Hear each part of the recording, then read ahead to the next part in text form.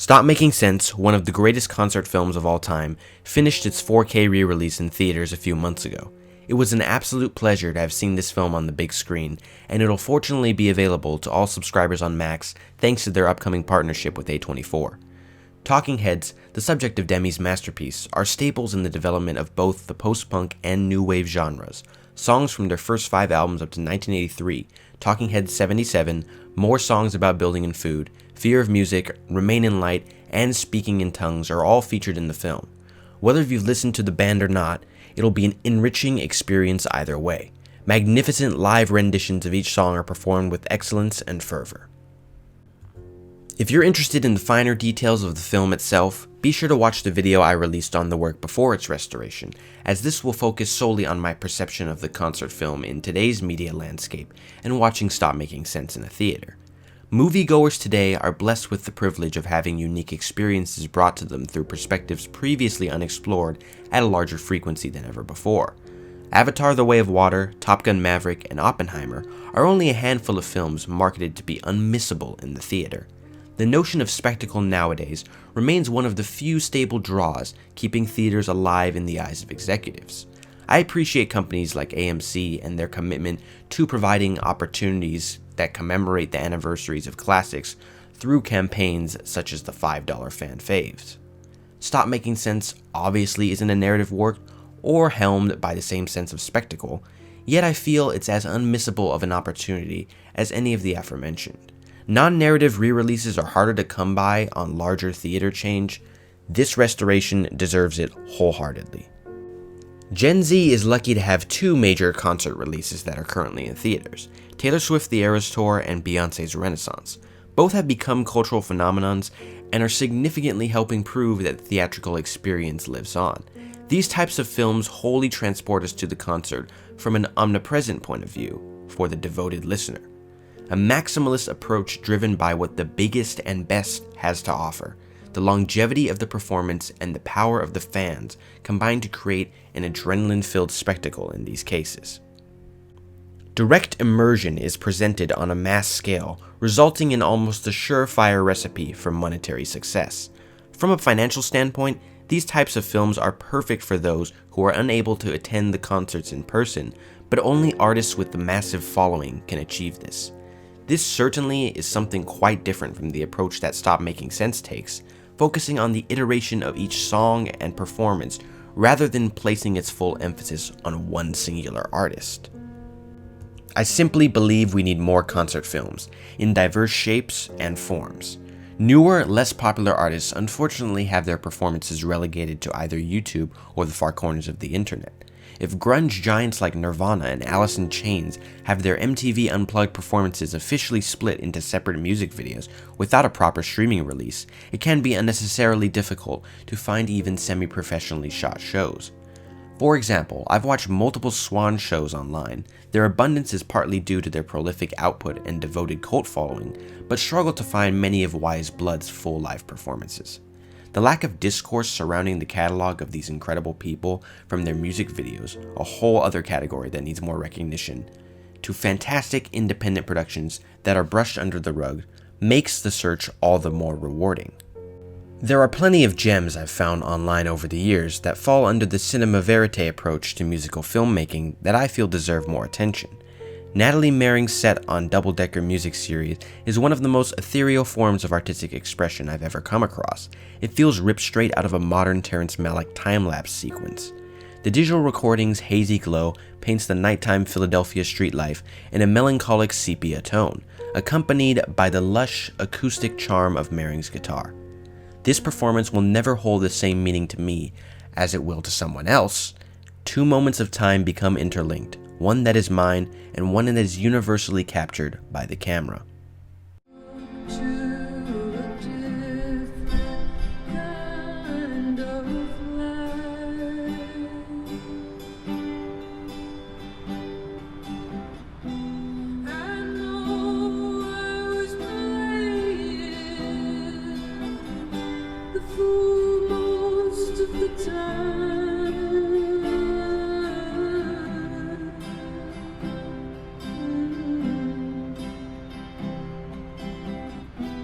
But you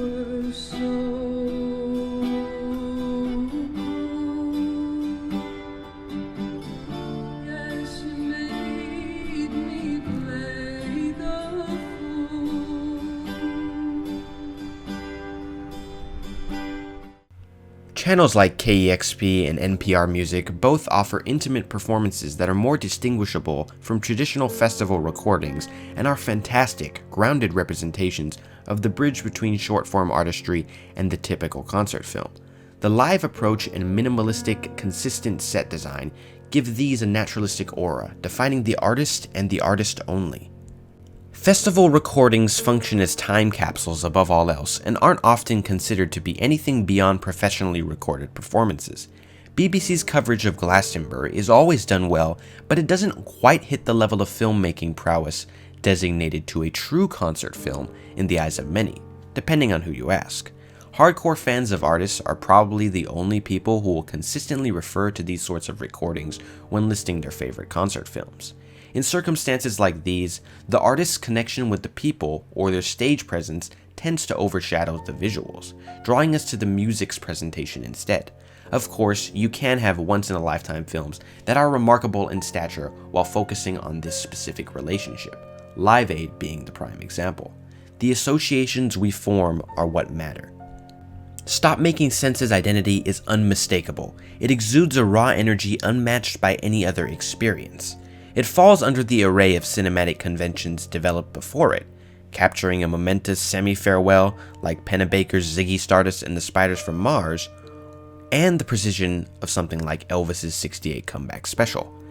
Demme utilizes the mise-en-scène to spark a fire that rages by the second, refusing to be extinguished. This effect is created by the subversion of these two traditional concert film staples, the persistent presence of the crowd and the static nature of the stage. The allure of Stop Making Sense is conjured through its kinesthetic persistence, a full command of artistry brought about through virtual sonic treadmills and walls of sound. The concert film is in a league of its own. I've heard people who've never seen the term before rebuke its validity. It's not a movie, so a music video then? What exactly comprises a concert film? 3 components are integral: the musicians, the stage, and the audience. The absence of the second and third can be utilized to create an entirely different perspective. Let's turn our attention to the enigmatic Andy Warhol. His film, The Velvet Underground and Nico, A Symphony of Sound, is the product of a rehearsal filtered through the lens of an avant-garde work like Ernie Jare's Serene Velocity. The 70-minute-long film features a prolonged rehearsal of the band, assaulting our perception of time and space, reminding us that we're only subject to this specific experience through Warhol's eyes. His visual approach is fascinating and annoying to many, and I guess that's why we love him. There's an inherently personal approach that powerful concert films all tend to take, unequivocally capturing the spirit of the artists on screen. It's also important to note the variables that can be added or subtracted to one, while not risking its title. Narrative can intertwine with presentation. Prince's Sign of the Times does this with grace. Its sensory overload is similar to Stop Making Sense, instead helmed by an elaborate production design.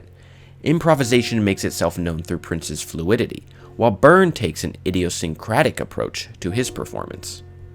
Byrne's mannerisms are simple yet demigod-like. Anyone else executing them would be out of place. How in the world do his glasses not fall off during Once in a Lifetime? How is he not out of breath after running non-stop in Life During Wartime?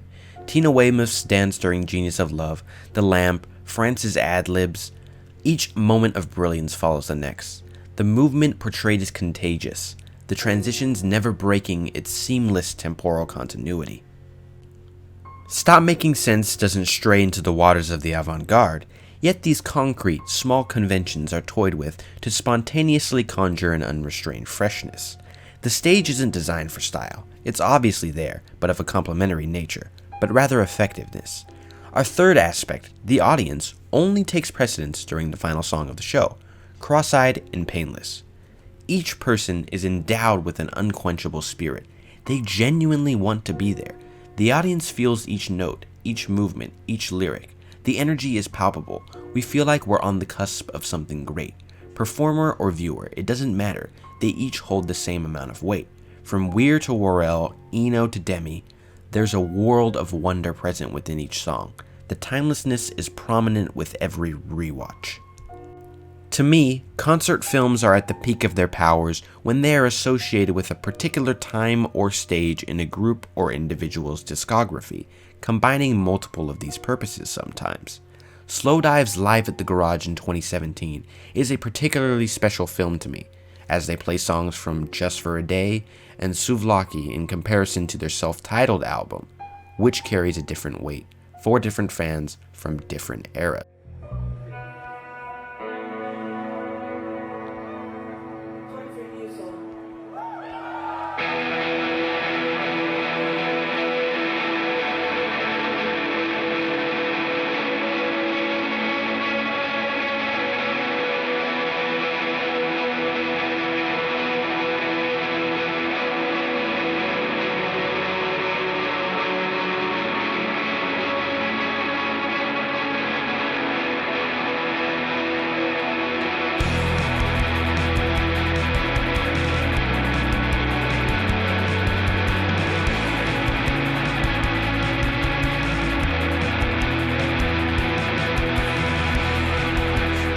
Prime Talking Heads is showcased in Stop Making Sense. The promotional material surrounding the re-release only enhances our perception of just how monumental these performances at the Pantasias were.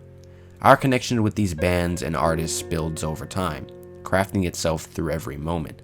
The transition from physical media to streaming and somewhat back again is reminiscent of Stop Making Sense's unlikely trajectory through the decades. Seeing the individual journeys and projects of each member of the band makes it all the more bittersweet. The individualized experience is what draws me to a particular concert film, and there is no better way of making meaning than the theatrical experience. Nonconformity best describes the revisiting of Stop Making Sense. The sharing and the enjoyment of the work is as important as anything else. You may not be passionate about your friend's favorite artist, but you can be supportive of that passion. Music for me is representative of the human soul. An understanding of a person's musical interests can be a powerful avenue of connection. We aren't living in the age of talking heads, not anymore, but our parents or grandparents maybe did. Their stories are what make meaning. Their choice to share the music that moves them opens up a world of possibility to younger generations. This time capsule doesn't decay, as all great art withstands the test of time. Talking Heads haven't been active in decades, making this re-release feel like a farewell for those too young to witness them in the flesh. Back to the lyrics of Cross-Eyed and Painless. We're still waiting, still waiting. We may not ever get new Talking Heads music, but the soul of the group will continue to live on vicariously through the many who discover it every day. Stop Making Sense at its core is a personal film, one that holds a vice-like grip among anyone who appreciates the band's music. Its authenticity allows it to resonate at a blinding pace, turning a universal love into thousands of specific experiences. In the theater, the seats function as portals, dynamic yet steady in their position. Only glimpses of shadows are present in establishing shots. Real-life audience and virtual become one. Arms waving, heads bobbing, a timeless performance feels as new as yesterday. We don't want the show to end, but we know we'll appreciate life more after. We live through the memories of the things we love, the people we love. We're still waiting for the next show. 僕はあの時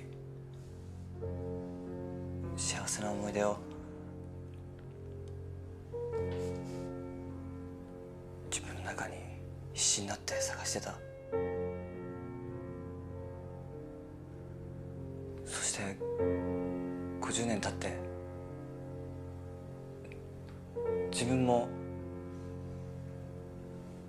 人の幸せに参加していることが分かった。